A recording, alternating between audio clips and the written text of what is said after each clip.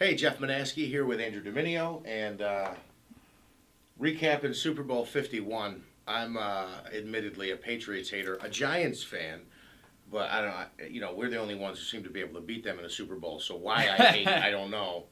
Yeah, But that's always I been just, my question. you know what it is? I like underdogs. I just like to see someone different in it every year. But so we're talking this morning about, is Brady the greatest quarterback of all time? You think? My vote's yes. And I'll even go a step further and say that Bill Belichick is the best coach of all time. I don't want to say it, but you can't. It's so tough to argue. He's got 5 Super Bowl rings now, 4 MVPs, and counting. Who's the odds-on favorite to go back next year? Brady? Especially in the AFC when there is virtually no competition. How about Super Bowl 53? Who's the odds-on favorite? Brady. Super Bowl 54? Tom Brady, probably, if he's still playing. He'll be playing until he's 50 at this rate. But honestly, I think that Tom Brady definitely can be. And people will still debate whether he's the greatest of all time. But how?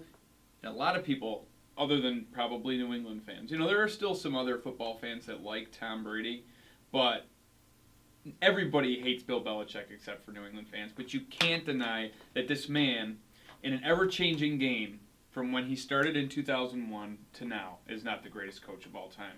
I mean, he was behind Super Bowl teams in New York. You as a Giants fan have to remember him, those days with Parcells as I believe, the defensive coordinator. He may have been the offensive coordinator, I don't know specifically. But the guy has a brilliant football mind, and he finds ways to get it done. Yeah, again, I can't argue with that. I don't have a problem saying Brady's the best quarterback. I'm not. How do I argue against Belichick? I don't know. I just think there's been really a lot of great coaches. I mean, you just watch him. You watch him on the sidelines, and I watched him yesterday. He was like a mad professor. He had his notepad, and one of the Fox reporters, I believe Chris Myers, was covering the Patriots, said at halftime, if you wait till halftime to make adjustments, it's already too late.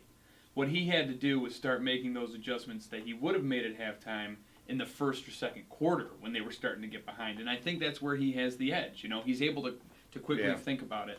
But, man, New England, they have the word champions for a reason, and that's just what they are. They're winners. And what a choke job by the Patriots. The Falcons. Oh, man. Man, I'll tell you right now, they had so many opportunities. It was a comedy of errors, as it were. I mean, you had just so many things go wrong for him. And Bill mentioned it this morning. How do you allow 2 two-point conversions? How do you allow that to happen? Yeah, I do think maybe Atlanta wanted some illegal blocking or blocking before the pass on the wide receivers on that little screen for the second PAT. Yeah.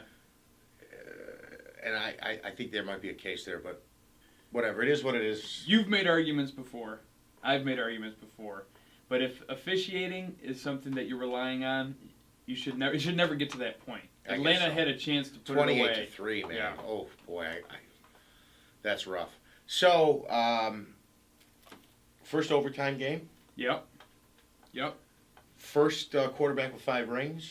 First coach with 5 rings. Biggest comeback in Super Bowl history. Greatest Super Bowl ever. I would say it's up there.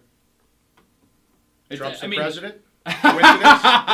Good friends with Tom Brady. Tom Brady and I, huge friends, great friends, huge friends.